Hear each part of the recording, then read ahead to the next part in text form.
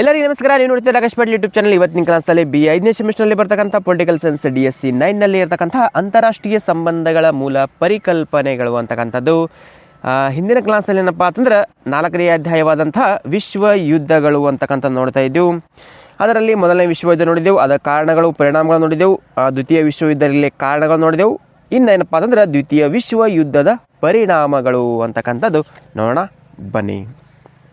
ದ್ವಿತೀಯ ವಿಶ್ವ ಯುದ್ಧದ ಪರಿಣಾಮಗಳು. ದ್ವಿತೀಯ ವಿಶ್ವ ಯುದ್ಧವು 1939ರಿಂದ 1945ರವರೆಗೆ ಸತತ 6 ವರ್ಷಗಳ ಕಾಲ, ಸತತವಾಗಿ 6 ವರ್ಷಗಳ ಕಾಲ ನಿರಂತರವಾಗಿ ಇದೇನಪ್ಪ ಅಂತಂದ್ರೆ ದ್ವಿತೀಯ ವಿಶ್ವ ಯುದ್ಧ ಜರುಗಿತು. ಆಗಸ್ಟ್ 6, 9, 1945ರಂದು ಜಪಾನಿನ ಹಿರೋಶಿಮಾ ಮತ್ತು ನಾಗಾಸಾಕಿಗಳ ಮೇಲೆ ಅಮೇರಿಕಾವು ಏನು ಮಾಡ್ತದಂದ್ರೆ ಅಣುಬಾಂಬ್ ಪ್ರಯೋಗಿಸುವ ಮೂಲಕ ಯುದ್ಧವನ್ನು ಏನು ಮಾಡ್ತದೆ, ಇದು ಅಂತ್ಯಗೊಳಿಸ್ತೈತಿ. ಆಗಸ್ಟ್ 6 ಮತ್ತು 9, 1945ರಂದು ಜಪಾನಿನ ಹಿರೋಶಿಮಾ ಮತ್ತು ನಾಗಾಸಾಕಿಗಳ ಮೇಲೆ ಅಮೇರಿಕಾವು ಏನು ಮಾಡ್ತದೆ, ಅಣುಬಾಂಬ್ ಪ್ರಯೋಗಿಸುವ ಮೂಲಕ ಈ ಒಂದು ಯುದ್ಧವನ್ನು ಏನು ಮಾಡ್ತದೆ, ಅಂತ್ಯಗೊಳಿಸ್ತೈತಿ. ಮಾನವ ಇತಿಹಾಸದಲ್ಲಿ ಬೃಹತ್ ಯುದ್ಧವೆನಿಸಿರುವ ದ್ವಿತೀಯ ವಿಶ್ವ ಯುದ್ಧವು ಮಾನವ ಜೀವನದ ಹಲವು ರಂಗಗಳ ಮೇಲೆ ತನ್ನದೇ ಆದಂಥ ಪರಿಣಾಮಗಳನ್ನು ಏನು ಮಾಡ್ತೈತಿ, ಉಂಟು ಮಾಡ್ತೈತಿ. ಆಕ್ಸಿಸ್ ರಾಷ್ಟ್ರಗಳ ಸೋತು ಮಿತ್ರ ರಾಷ್ಟ್ರಗಳ ಜಯಶಾಲಿಯಾದಂಥ ಈ ಯುದ್ಧವು ಅಂದಿನ ರಾಜಕೀಯ ಕ್ಷೇತ್ರದಲ್ಲಿಯೂ ಸಹ ಅನೇಕ ಪರಿಣಾಮಗಳನ್ನು ಬೇರೆ ಬಂದಿದೆ. ಇನ್ನೇನಪ್ಪ ಅಂತಂದರೆ ಈ ಕೆಳಕಂಡ 2ನೇ ವಿಶ್ವ ಯುದ್ಧದ ಪ್ರಧಾನ ರಾಜಕೀಯ ಪರಿಣಾಮಗಳನ್ನು ನಾವು ಇಲ್ಲಿ ಸಂಕ್ಷಿಪ್ತವಾಗಿ ನೋಡೋಣಾದರೆ, ಮೊದಲನೇ ರಾಜಕೀಯ ಕಾರಣ ಅಂತಂತ ನೋಡೋದಾದರೆ, ಪರಿಣಾಮ ಅಂತ ನೋಡೋದಾದ್ರೆ ಅಪಾರ ಜೀವ ಮತ್ತು ಆಸ್ತಿಯ ನಾಶ. ದ್ವಿತೀಯ ಮಹಾ ವಿಶ್ವ ಯುದ್ಧಕ್ಕೆ ಒಂದನೆಯ ಪರಿಣಾಮಪ್ಪ ಅಂತಂದ್ರೆ ಅಪಾರ ಜೀವ ಮತ್ತು ಆಸ್ತಿಯ ನಾಶ ಆಕಿತ್ತು. ದ್ವಿತೀಯ ವಿಶ್ವ ಯುದ್ಧದ ವೇಳೆಯಲ್ಲಿ ಇಟಲಿಯ ಫ್ಯಾಸಿಸ್ಟರು ಮತ್ತು ಜರ್ಮನಿಯ ನಾಜಿಗಳು ಯುರೋಪ್ಗಳ ಶ್ಮಶಾನವಾಗಿ ಪರಿವರ್ತಿಸಿದ್ದರು. ಈ ದ್ವಿತೀಯ ವಿಶ್ವ ಯುದ್ಧದ ವೇಳೆಯಲ್ಲಿ ಏನು ಮಾಡ್ತೈತಿ, ಇಟಲಿಯ ಫ್ಯಾಸಿಸ್ಟರು ಹಾಗೂ ಜರ್ಮನಿಯ ನಾಜಿಗಳು ಏನು ಮಾಡ್ತಾರೆ, ಯುರೋಪನ್ನು ಏನು ಮಾಡ್ತದೆ, ಸ್ಮಶಾನವನ್ನಾಗಿ ಏನು ಮಾಡ್ತಾರೆ, ಪರಿವರ್ತನೆ ಮಾಡ್ತಾರೆ. ಯುದ್ಧದಲ್ಲಿ ಸುಮಾರು 15 ಮಿಲಿಯನ್ ಅಂದರೆ 1.5 ಕೋಟಿಯಷ್ಟು ಜನರು ತಮ್ಮ ಜೀವಗಳನ್ನು ಕಳೆದುಕೊಳ್ತಾರೆ ಈ ಒಂದು 2ನೇ ಮಹಾಯುದ್ಧದಲ್ಲಿ. ಅದರ ಜೊತೆಗೆ 2 ಕೋಟಿಗೂ ಹೆಚ್ಚು ಸೈನಿಕರು ಹಾಗೂ ನಾಗರಿಕರು ಗಾಯಗೊಂಡ್ತಾರೆ. 1.5 ಕೋಟಿಯಷ್ಟು ಜನರು ಏನು ಮಾಡ್ತಾರೆ, ಜೀವವನ್ನು ಕಳೆದುಕೊಂಡ್ರೆ 2 ಕೋಟಿಗೂ ಹೆಚ್ಚು ಸೈನಿಕರು ಏನು ಮಾಡ್ತಾರೆ ಹಾಗೂ ನಾಗರಿಕರು ಏನಪ್ಪ ಅಂತಂದ್ರೆ ಗಾಯಕ್ಕೆ ಆಗ್ತಾರೆ. ಇದರ ಜೊತೆಗೆ ರಸ್ತೆ, ಸೇತುವೆ, ಕೈಗಾರಿಕೆ, ತಂತಿಯಂತಹ ವ್ಯವಸ್ಥೆಗಳ ಯುದ್ಧದಲ್ಲಿ ನಾಶವಾಗಿದ್ದು ಅವುಗಳ ಪುನರ್ನಿರ್ಮಾಣಕ್ಕೆ ರಾಷ್ಟ್ರಗಳೇನು ಮಾಡಬೇಕು, ಮತ್ತೆ ಏನಪ್ಪ ಅಂತಂದ್ರೆ ಶ್ರಮವನ್ನು ಹಾಕಬೇಕು. 2ನೇ ಮಹಾಯುದ್ಧದ ಮೊದಲೇ ಯುದ್ಧಕ್ಕೂ ಸಹಿತ ಇದೇ ರೀತಿಯಂಥ ರಸ್ತೆಗಳು, ಸೇತುವೆಗಳು, ಕೈಗಾರಿಕೆಗಳು, ತಂತಿಗಳು ಎಲ್ಲ ಸಮಸ್ಯೆ ಆಗಿತ್ತು. ಇದೇ ಮಹಾಯುದ್ಧದ ನಂತರ ಅಂದರೆ 2ನೇ ಮಹಾಯುದ್ಧದ ನಂತರವೂ ಸಹ ರಸ್ತೆಗಳು ಹಾಳಾದವು, ಸೇತುವೆಗಳು ಹಾಳಾದವು, ಕೈಗಾರಿಕೆಗಳು ಹಾಳಾದವು, ತಂತಿಯಂತಹ ವ್ಯವಸ್ಥೆಗಳು ಯುದ್ಧದಿಂದ ನಾಶವಾಗ್ತಾ ಹೋಗದಂತೆ ಮತ್ತೆ ನಾವು ರಾಷ್ಟ್ರಗಳನ್ನು ಪುನರ್ನಿರ್ಮಾಣ ಮಾಡಬೇಕಾದಪ್ಪ ಅಂತಂದ್ರೆ ಮತ್ತೆ ನಾವೇನು ಮಾಡಬೇಕು, ಶ್ರಮಿಸಬೇಕು ಅಂತಕ್ಕಂಥದ್ದು. ಯುದ್ಧದಿಂದ ಉಂಟಾದ ಬಡತನ ಉಂಟಾಯಿತು, ನಿರುದ್ಯೋಗ ಉಂಟಾಯಿತು, ಹಸಿವಿನಂತಹ ಸವಾಲನ್ನು ಸಮರ್ಪಕವಾಗಿ ಸರ್ಕಾರಗಳು ನಿರ್ವಹಿಸಬೇಕಾದಂತಹ ಶ್ರಮ ಅಂತೂ ಬಂತು. ಇದರ ಜೊತೆಗೆ ಹದಗೆಟ್ಟ ಆರ್ಥಿಕ ಸ್ಥಿತಿಯನ್ನು ಸುಧಾರಿಸಬೇಕಾದ ಸವಾಲು ಸಹ ಆಳುವ ಸರ್ಕಾರಗಳ ಹೆಗಲೇರಿತು. ಹಿಂಗೆ 2ನೇ ವಿಶ್ವ ಯುದ್ಧದಿಂದಾದ ಜೀವ ಮತ್ತು ಆಸ್ತಿ ನಾಶದಿಂದ ಹಲವು ಆಡಳಿತಾತ್ಮಕ ಸವಾಲುಗಳಿಗೆ ಆಳುವ ಸರ್ಕಾರಗಳು ಏನು ಮಾಡ್ತೈತಿ, ಇದು ತುತ್ತಾಗಬೇಕಾಯಿತು ಅನ್ನುವಂತಹ ಒಂದು ಅಪಾರ ಜೀವ ಮತ್ತು ಆಸ್ತಿಯ ನಾಶದಲ್ಲಿ ಇದು ನಾವು ನೋಡಬಹುದು. 2ನೇ ಲಕ್ಷಣ ಅಂದರೆ ಪರಿಣಾಮಪ್ಪ ಅಂತಂದ್ರೆ ನಿರಂಕುಶ ಆಳ್ವಿಕೆಯ ಅಂತ್ಯ ಆಯಿತು ಅಂತಕ್ಕಂಥದ್ದು. ಇಲ್ಲಿ ದ್ವಿತೀಯ ವಿಶ್ವ ಯುದ್ಧಕ್ಕೆ ಕಾರಣವಾದಂತಹ ಜರ್ಮನಿ, ಇಟಲಿ, ಜಪಾನಿನ ನಿರಂಕುಶ ಆಳ್ವಿಕೆಯಲ್ಲಿ ಏನಂದ್ರೆ ಅಂತ್ಯಗೊಂಡಿತ್ತು. ಯಾವಾಗ? 2ನೇ ಮಹಾಯುದ್ಧದ ಪರಿಣಾಮದಲ್ಲಿ. ಯುದ್ಧದಲ್ಲಿ ಸೋತ ಜರ್ಮನಿಯನ್ನು ಪಶ್ಚಿಮ ಜರ್ಮನಿ ಮತ್ತು ಪೂರ್ವ ಜರ್ಮನಿ ಎಂದು ವಿಭಜನೆ. ಬ್ರಿಟನ್, ಫ್ರಾನ್ಸ್ ಮತ್ತು ಅಮೆರಿಕಾಗಳು ಪಶ್ಚಿಮ ಜರ್ಮನಿಯ ಮೇಲ್ವಿಚಾರಣೆಯನ್ನು ಮತ್ತು ಪೂರ್ವ ಜರ್ಮನಿಯನ್ನು ಮೇಲ್ವಿಚಾರಣೆಯನ್ನು ರಷ್ಯಾವನ್ನು ನೋಡಿಕೊಂಡಿತು. ಇಲ್ಲೇನಪ್ಪ ಅಂತಂದ್ರೆ ಜರ್ಮನಿ, ಇಟಲಿ, ಜಪಾನ್ ನಿರಂಕುಶ ಆಳ್ವಿಕೆಗಿದು ಅಂತ್ಯಗೊಂಡಿತು. ಯುದ್ಧದಲ್ಲಿ ಸೋತಂತಹ ಜರ್ಮನಿಯನ್ನೇನು ಮಾಡ್ತದ ಪಶ್ಚಿಮ ಜರ್ಮನಿ ಮತ್ತು ಪೂರ್ವ ಜರ್ಮನಿ ಅಂತಕ್ಕಂಥದ್ದು ಎರಡು ವಿಭಜನೆ ಅಂತಕ್ಕಂಥದ್ದು ಮಾಡ್ತೈತಿ. ಇದರಲ್ಲಿ ಬ್ರಿಟನ್, ಫ್ರಾನ್ಸ್ ಮತ್ತು ಅಮೇರಿಕಾಗಳು ಈ ಒಂದು ಪಶ್ಚಿಮ ಜರ್ಮನಿಯ ಮೇಲ್ವಿಚಾರಣೆ ಮಾಡೋಕೆ ಅದಕ್ಕೆ ಹೋಗ್ತೈತಿ. ಇಲ್ಲಿ ಪೂರ್ವ ಜರ್ಮನಿ ಏನಪ್ಪ ಮೇಲ್ವಿಚಾರಣೆಯನ್ನು ಈ ಒಂದು ರಷ್ಯಾ ಅಂತಕ್ಕಂಥದ್ದು ನೋಡ್ಕೋತಿರ್ತೈತಿ. ಇದರಂತೆಯೇ ಜಪಾನನ್ನು ಅಮೇರಿಕಾದ ಮೇಲ್ವಿಚಾರಣೆಗೆ ನೀಡಿ ಅಲ್ಲಿ ಪ್ರಜಾಪ್ರಭುತ್ವ ಸ್ಥಾಪಿಸಲು ಇದೇನು ಮಾಡ್ತದೆ ಶ್ರಮವನ್ನು ಹಾಕ್ತೈತಿ. ಹಿಂಗೆ ಎರಡನೇ ಮಹಾಯುದ್ಧದ ಬಳಿಕ ಮಿತ್ರ ರಾಷ್ಟ್ರಗಳು ನಿರಂಕುಶತ್ವವನ್ನು ಕಿತ್ತೊಯ್ದು ಪ್ರಜಾಪ್ರಭುತ್ವವನ್ನು ಏನಪ್ಪ ಅಂದ್ರೆ ಹರಡಲು ಇಲ್ಲಿ ಪ್ರಯತ್ನ ಮಾಡ್ತಾರೆ. ಇನ್ನು ಮೂರನೇದಾಗಿ ವಸಾಹತು ಅಥವಾ ಸಾಮ್ರಾಜ್ಯಶಾಹಿ ನಾಶ. ವಸಾಹತು ಅಥವಾ ಸಾಮ್ರಾಜ್ಯಶಾಹಿತ್ವದ ನಾಶ ಆಗಿತ್ತು. ಜಗತ್ತಿನ ಎರಡು ಮಹಾಯುದ್ಧಗಳಿಗೆ ಕಾರಣವಾದಂತಹ ವಸಾಹತು ಅಥವಾ ಸಾಮ್ರಾಜ್ಯಶಾಹಿ ನೀತಿಯನ್ನು ದ್ವಿತೀಯ ವಿಶ್ವ ಸಮರದ ಬಳಿಕ ಯುರೋಪಿನ ರಾಷ್ಟ್ರಗಳನ್ನು ಏನು ಮಾಡ್ತವೆ ಕೈಯನ್ನು ಬಿಟ್ಬಿಡ್ತಾವ. ಇಂತಹ ಬೆಳವಣಿಗೆಗೆ ಯುದ್ಧದ ಪರಿಣಾಮ ಯುರೋಪಿನ ರಾಷ್ಟ್ರಗಳು ರಾಜಕೀಯವಾಗಿ ಮತ್ತು ಆರ್ಥಿಕವಾಗಿ ದುರ್ಬಲಗೊಂಡಂಥದ್ದು ಪ್ರಧಾನ ಕಾರಣವಾಗ್ತೈತಿ.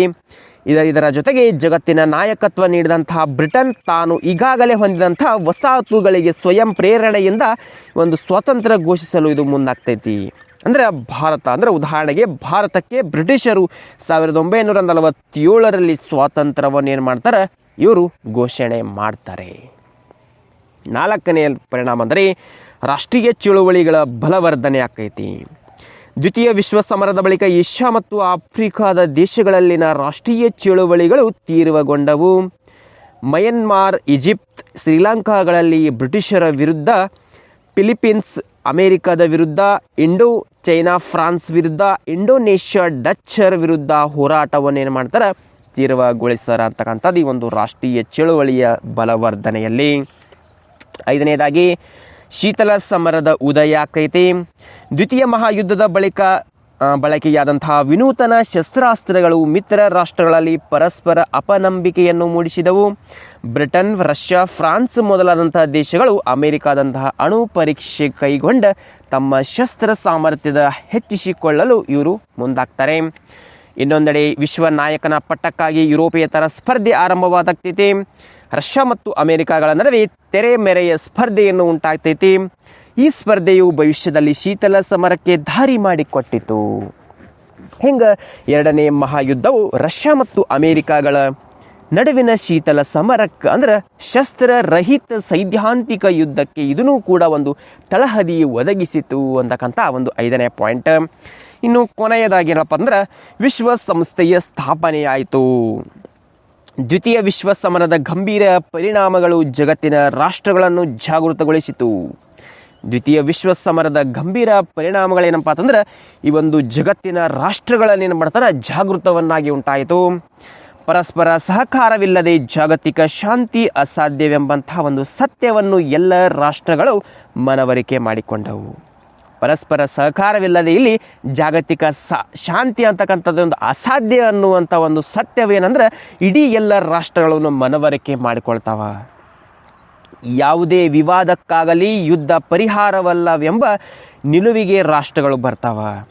ಯಾವುದೇ ಒಂದು ವಿವಾದದಲ್ಲಿ ನಾವು ಬಗೆಹರಿಸಬೇಕಪ್ಪ ಯುದ್ಧ ಒಂದೇ ನಮಗೆ ಪರಿಹಾರ ಅಲ್ಲ ಅನ್ನುವಂಥ ಒಂದು ರಾಷ್ಟ್ರಗಳಲ್ಲಿ ಒಂದು ನಿಲುವಿಗೆ ಬರ್ತಾವ. ಇದರ ಫಲವಾಗಿ ರಾಷ್ಟ್ರಗಳ ಸಂಘವನ್ನು ಹೋಲುವ ಮತ್ತು ಅದಕ್ಕಿಂತ ಪರಿಣಾಮಕಾರಿಯಾದಂತಹ ಸಂಘಟನೆಯೊಂದರ ಅಗತ್ಯತೆಯಲ್ಲಿ ಉಂಟಾಗ್ತೈತಿ. ಆಗ ವಿಶ್ವಸಂಸ್ಥೆ ಎಂಬ ಸಂಘಟನೆಯನ್ನು ಸ್ಥಾಪಿಸಲು ಎಲ್ಲ ರಾಷ್ಟ್ರಗಳೇನು ಮಾಡ್ತವೆ ಮುಂದಾಗ್ತವ.